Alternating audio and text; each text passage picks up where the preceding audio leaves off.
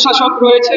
আমি বলবো যে সুপ্রিম কোর্টের আপিল বিভাগ কর্তৃক যখন আমার যে মেয়রের গ্যাজেটকে চ্যালেঞ্জ করে যে রিট করা হয়েছিল সেটিকে যখন নিষ্পত্তি করে গ্যাজেটটিকে বহাল রাখা হয়েছে, সেই মুহূর্তে থেকে সেই প্রশাসক অবৈধ হয়ে গিয়েছে।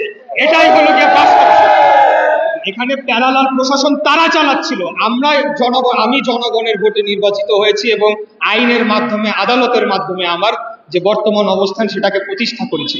এখানে অবৈধভাবে তারা প্রশাসক নিয়োগ দিয়ে তারা এখানে দুর্নীতিতে জড়িয়ে পড়েছিল এবং যে উপদেষ্টা ছিল, স্থানীয় সরকার উপদেষ্টা, তার ব্যক্তিগত সহকারীর বিরুদ্ধে 300 কোটি টাকার উপরে অভিযোগ সেটা দুদকে এখন তারা ইনভেস্টিগেট করছে।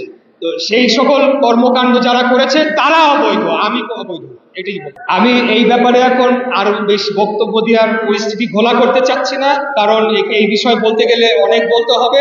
তবে আমি শুরু থেকেই বলে আসছি যে আমার এই বিষয়টা সম্পূর্ণ রাজনৈতিক একটা সিদ্ধান্ত ছিল। রাজনৈতিকভাবে তারা সিদ্ধান্ত নিয়েছে যে আমাকে বা বিএনপির প্রার্থীকে এখানে বসতে দেওয়া হবে না, এখানে তাদের পছন্দসই প্রশাসককে বসাবে এবং সেই প্রশাসককে বসানোর মাধ্যমে আগামী জাতীয় নির্বাচনে তারা অবৈধ সুযোগ সুবিধা গ্রহণ করবে, এটি তাদের উদ্দেশ্য ছিল। অত্যন্ত দুঃখের সাথে জানাতে হচ্ছে আপনাদেরকে, আজ পর্যন্ত, এই মুহূর্ত পর্যন্ত, এতদিন যাবত আন্দোলন চলল, সরকারের পক্ষ থেকে কোনো ধরনের ভ্রুক্ষেপ করা হয় নাই, কোনো ধরনের যোগাযোগ করা হয় নাই, কোনো ধরনের আলোচনার কোনো উদ্যোগ নেওয়া হয় নাই। এটা হলো একটা অত্যন্ত দুঃখজনক একটা। এটার সাথে আপনি কোথা থেকে পরিসংখ্যান দিচ্ছেন আমার জানা নেই, আপনি কোথায় বেশি কম বলেছেন এটা সঠিক তথ্য আমার কাছে নেই। তো আপনার কথা যদি আমি সত্যও ধরে নিই, তো এখন মাত্র ডেঙ্গুর সিজন শুরু হচ্ছে কেবল। এখানে আপনি যদি এখন এটার সাথে এটাকে মেলাতে চান তাহলে আমার মনে হয় যে সেটা ভুল তো হবে, এটা অন্যায় হবে আর কি। এটা কোনোভাবে মেলানোর কোনো সুযোগ নেই। কারণ আমি যেটা বলেছি যে সমস্ত এই সেবা, নাগরিক সেবা, জরুরি সেবা কিন্তু ডে 1 থেকে চলমান ছিল।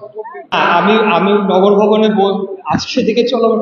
আপনারা যদি ইচ্ছা করে এই যে প্রশ্নগুলো করছেন, আমি বারে বারে বলছি যে আমাদের আন্দোলনের শুরু থেকে সকল জরুরি সেবা চলমান ছিল এবং এটা আমাদের সিদ্ধান্তে এই সেবাগুলো চলমান রয়েছে। আপনারা লক্ষ্য করবেন যে ঈদের ছুটির আগের 21 দিন এবং কোরবানি ঈদের সময় বর্জ্য ব্যবস্থাপনার কোনো ঘাটতি কি আপনারা কোথাও দেখতে পেয়েছেন? পান নাই। কারণ বর্জ্য ব্যবস্থাপনা সহ অন্যান্য যে সকল জরুরি সেবা সেগুলো যাতে চলমান থাকে, সেগুলোর যাতে কোনো বিঘ্ন না ঘটে, সেটির ব্যাপারে আমরা